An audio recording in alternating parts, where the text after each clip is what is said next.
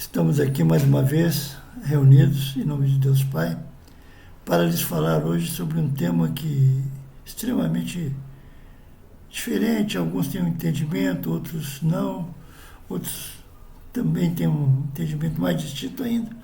Mas de qualquer forma, vou lhes falar hoje sobre os sofistas. Antes do tema propriamente dito, antes de adentrarmos no tema propriamente dito, eu vou lhes dar uma breve contextualização do que era o movimento grego, o pensamento grego daquela época. Até então, a filosofia tinha se preocupado com a cosmogonia, ou seja, a explicação do mundo, o ir mais fundo do mundo através do mito. Depois sobreveio a cosmologia, onde preponderava a razão para explicar o tudo. Aí, contudo, surgiu um problema de natureza. Tá, tudo bem, a gente descobre o que é o mundo. Como é que é o mundo? O mundo não é mito, o mundo é só pela razão. E nós, homens, como ficamos? Surgiu então um problema de natureza antropológica. Apareceu o homem, então, como primado da investigação filosófica, derivando daí o desenvolvimento da nascente democracia grega. Percebam o quão importante é certos movimentos culturais, e o sofismo foi um movimento cultural, nós vamos ver isso mais adiante, do quanto isso foi importante até para a humanidade. Por quê? Porque nascia ali, apesar de muitos dizerem o contrário, a democracia. Por quê? Foi permitido que o homem assumisse o seu lugar na sociedade. Foi permitido que o homem falasse. Foi permitido que o homem expressasse o que ele de fato desejava e não o que lhe era posto à força. Começou a haver, então, uma maior participação dos segmentos sociais e instalou-se a ideia de que um governo de necessidades de quem? Necessidade de quem? Percebam, do povo. Instalou-se, pois, um governo das necessidades do povo, ao invés de um governo do simples acaso. Ou seja, o imperador matava o outro matava um senador se insurgia, não, agora vou ser eu, o rei aqui de Atenas, ou vou ser o rei daqui e acolá, e aí a coisa virava. Isso era o que eles diziam, o acaso. Surge então, antes disso eu quero lhes falar um negócio. No Partenon, aquele templo bonito que tem lá na Grécia, com aquelas colunas maravilhosas, à esquerda dele, embaixo, tem um lugar onde essas assembleias ocorriam e que eram chamados, nós chamamos de ágora. E uma vez o guia estava me explicando, ali que ficava a ágora aqui de Atenas. Ele falou ágora. Eu falei ágora, ele falou, não, é agora. Aí eu fiquei embasbacado, o cara tá me corrigindo, mas como ele era grego, guia turístico, formado no que tem de direito lá na Grécia. Ele me corrigiu, de lá para cá eu uso o termo agorá. Bom, surgem então, como eu lhes disse, as assembleias, nessas ágoras, ou agorás. E os tribunais, derivando daí as discussões de ordem moral, política e de ordem até mesmo jurídica. Por quê? Essas discussões tomam lugar das batalhas, das guerras e da força como elemento de convicção. Até então, a força, o braço forte, era o elemento de convicção para o povo. Mas a sociedade estava preparada para tal? Os que viviam lá estavam preparados para saberem administrar, saber julgar, saber falar em público, falar diante de uma assembleia? Não, claro que não. E o que eles fizeram então? Como formar as elites diretivas, ou seja, como formar quem vai nos dirigir, quem vai nos governar. Surgem então impávidos, os sofistas. por volta do século V, IV, mais precisamente no século V a.C., que eles são os novos mestres da cultura, destinados a uma educação política e a um conhecimento geral sobre as coisas humanas. Sofistas, pois, naquela época, eram considerados os homens da ciência, os professores. A filosofia, então, ao invés de ser especulativa, contemplativa, de que somos, para onde vamos no universo, torna-se essencialmente prático, que busca o mundo humano em seus aspectos morais e políticos. Chega de pensar em coisas metafísicas, vamos pensar no dia a dia, nos que faz melhor aqui, agora. Compete, pois, ao homem conhecer a verdade, saber julgar e ser capaz de compor e pronunciar discursos. Bonito, não? Saber compor e pronunciar discursos. Por quê? Por quê? É a grande pergunta que se nos assoma. Assim, a natureza das coisas, eu sabendo a natureza das coisas, o homem sabendo a natureza das coisas, conheceria a verdade. E daí, como professor que era, deveria ensiná-la a todos. Ficou claro? Onde é que começou esse aparente enguiço filosófico? Além disso, para pleitear em juízo, é necessário saber o que é justo. E tudo aquilo que não é justo, não interessa, consequentemente. É justo? É. O resto que não é justo, não interessa, deixa para lá. Percebam a praticidade desses camaradas que assim pensavam. A necessidade, então, pois, de se exaltar a palavra, pois ela tem o poder de dominar muito. E tinha necessidade de conhecer o discurso, a linguagem, pois a linguagem, as palavras, persuadem a alma e, convencendo-a, fazem com que as vontades sejam conduzidas da forma que eu pretendia. Ou seja, se eu convencer a alma, eu vou levar quem me assiste para onde, desde o início, eu pretendi fazê-lo. Assim a palavra, percebam, a palavra pode curar, exaltar, matar, mas ao mesmo tempo pode causar um dano imenso. E como ele disse, a morte e até um sofrimento impressionante. A retórica, o bem-falar, era a criadora da persuasão.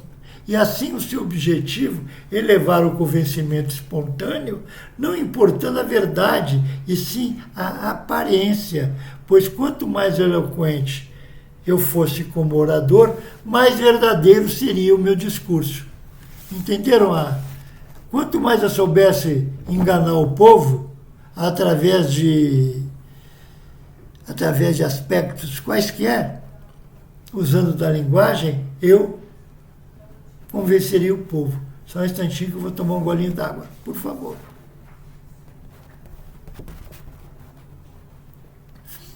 Retomando, deste modo, pois pela persuasão, pela argumentação arrebatadora, os sofistas fazem o pequeno parecer grande, o feio parecer lindo, e tornam mais forte a razão, mais débil, surgindo então o que? A opinião útil.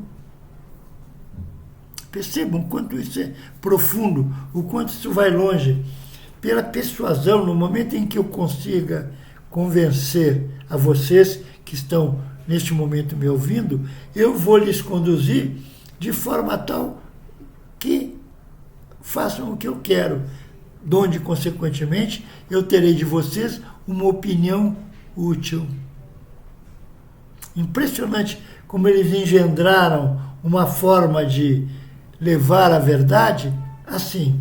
Surge então, percebam, a praticidade cultural, feita de condutas dialéticas que libertam o estudante, o aprendiz, enfim, quem estivesse ali lhes ouvindo, do formalismo das escolas filosóficas. O que era esse formalismo? Naquele tempo, as escolas filosóficas pregavam a outra escola filosófica pregava B. Quem lhes frequentava não podia tergiversar, tinha que se ater exatamente àquela maneira de conduzir o pensamento. Ao passo que com os sofistas, cada um pensava o que queria. Ou seja, houve uma opção utilitária dos ensinamentos, ou seja, os sofistas põem ao dispor das exigências dos estudantes, daqueles que eles chegavam, dando-lhes a liberdade para escolher o que quisessem aprender. Hoje eu quero aprender sobre botânica. Ia lá um camarada sobre botânica deitar palavróleo. Hoje eu quero saber sobre medicina. Ia lá um cara falar sobre medicina. Hoje eu quero saber por que as razões da alma são importantes. Lá iam uns camaradas lhes falar sobre a importância do amor no tocante à alma. Percebam o utilitarismo do ensinamento. Os sofistas se tornam, então, a paga pelo dinheiro, e isso foi uma coisa que eles eram extremamente combatidos. Como é que vocês podem querer levar ao conhecimento a quem quer que seja, recebendo? Isso é uma ofensa, isso é um crime, isso é nojento, isso não é asqueroso. Mas eles pouco se lixavam, porque eles estavam querendo, na verdade, uma ascensão social. Todo mundo os reverenciava. Nossa, está ali um professor que sabe dizer de tudo, conhece o conhecimento geral imenso, ele ensina para você o que você quer. Eu não vou perder meu tempo com coisas metafísicas, com coisas que jamais eu supus que existissem. Eu vou me defrontar, sim, com aquilo que me interessa. Pois não. E aí, o que esses sofistas queriam? Eles queriam atingir a capacidade cognitiva de quem lhes batia a porta. Ou seja, a sua cognição alcança tal coisa, alcança, então, eu vou lhes falar. A sua cognição não alcança, a sua inteligência não alcança, então nem adianta eu lhes falar. Eu vou falar no raso e vocês fiquem satisfeitos. Justificavam esse proceder, afirmando que o homem não tem condições de conhecer o universo, nem a moral, eis que tudo é arquitetado pelo próprio homem. Consequentemente, tudo é mutável e transitório. Vou fazer uma passadinha no passado aqui. Vocês lembram, por favor, de quem falava que tudo é transitório, tudo muda? Heráclito. Ninguém se banha na água do mesmo rio duas vezes. Então, os sofistas já tinham um pensamento muito adiante daquele tempo. Eles eram utilitaristas. Os sofistas tinham várias maneiras de pensar, todas elas voltadas para o aprendizado de uma cultura geral que garantisse um retorno. Que retorno? Tanto financeiro para eles, quanto de praticidade para os seus alunos. Hoje em dia, agora, século XXI, julho de 23, nós não temos aula de vinhos, quais são os melhores, qual é a melhor safra, de pintura, Van Gogh aqui,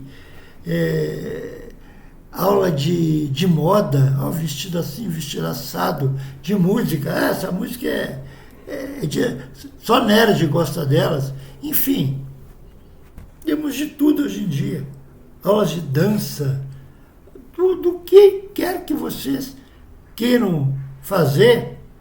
Se vocês forem bem lembrar, eu estou sendo um sofista. Eu estou lhes dando a conhecer alguma coisa de pincelada, que é rápido de vocês apreenderem, porque são gotas de conhecimento. Ou seja, pregavam ainda um pragmatismo cultural, onde se estudava o que se queria, o que se gostava, fazendo surgir uma noção, percebam, outra coisa extremamente importante, a relatividade das coisas.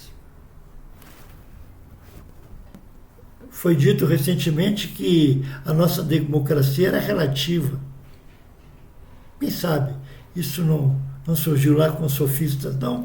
Eles diziam que essa relativização das coisas era uma coisa natural, porque se eu pensava de uma forma, essa camisa é azulzinha, outro dizia, não, essa camisa é roxa, e essa camisa é verde, e por aí afora vai.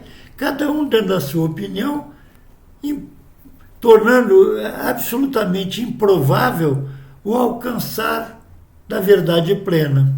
Assim, a forma, a aparência, a forma como eu me punha, como eu me apresentava, se sobrepõe ao conteúdo, à essência, num claro uso da cultura a serviço do utilitarismo.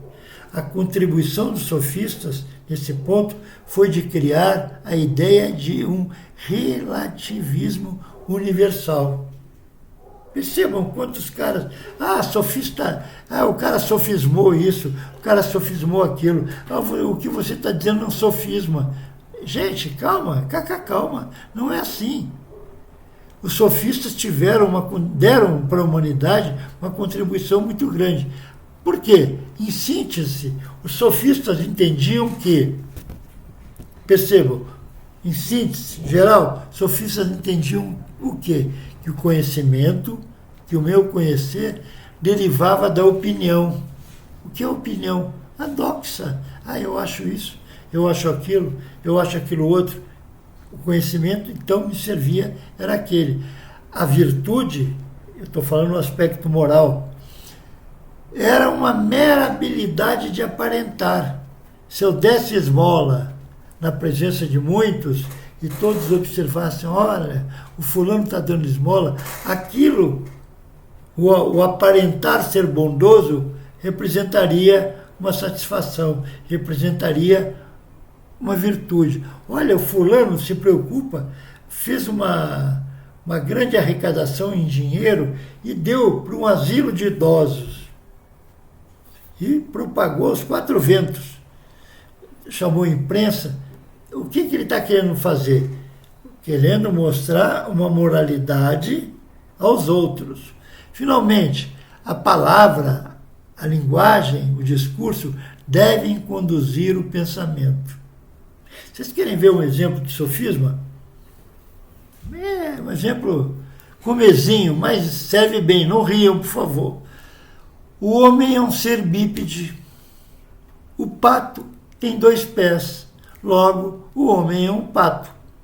Na maioria das vezes, nós somos patos realmente. Mas, vamos que vamos. O sofisma parte, pois, de premissas verdadeiras. O homem é um ser bípede. O pato tem 2 pés. Isso são premissas corretas, verdadeiras, para uma conclusão absolutamente falsa. Logo, o homem é um pato. O sofisma, pois, parte de premissas verdadeiras para uma conclusão errada. O mais conhecido dos sofistas foi Protágoras. Ele dizia que o homem, nós, você que está me ouvindo, você que está me escutando, nós somos as medidas de todas as coisas. Percebam o quanto esse cara foi longe, o quanto esse cara foi existencialista, o quanto esse cara foi dogmático, o quanto esse cara foi extremamente lúcido. O homem é a medida de todas as coisas. Tiveram outros também, como Gorgias, Pródico, Anifonte. Enfim, sofistas foram isso tudo, ou isso nada. Vocês é que vão decidir. Por favor, aprofundem esse conhecimento. É extremamente... Hoje, quando o camarada fica falando besteira, a gente tem o costume de dizer, o cara está sofismando. Mas a gente usa esse termo sofisma no sentido até hoje pejorativo, mas lá atrás, ser sofistas dava-lhe um ibope tremendo. Ser sofista dava-lhe uma ascensão social, ganhava-se muito dinheiro, para ser sofista, eu tinha que ter um conhecimento geral muito abrangente. Enfim, isso que eu tinha a lhes dizer hoje. Muito obrigado pela gentileza de estarem aqui comigo. Se tiverem gostado, por favor, cliquem no like aí, que eu vou ficar muito satisfeito. Até outra vez, até semana que vem. Fica aqui o meu muito obrigado. Até. Um abraço. Tchau.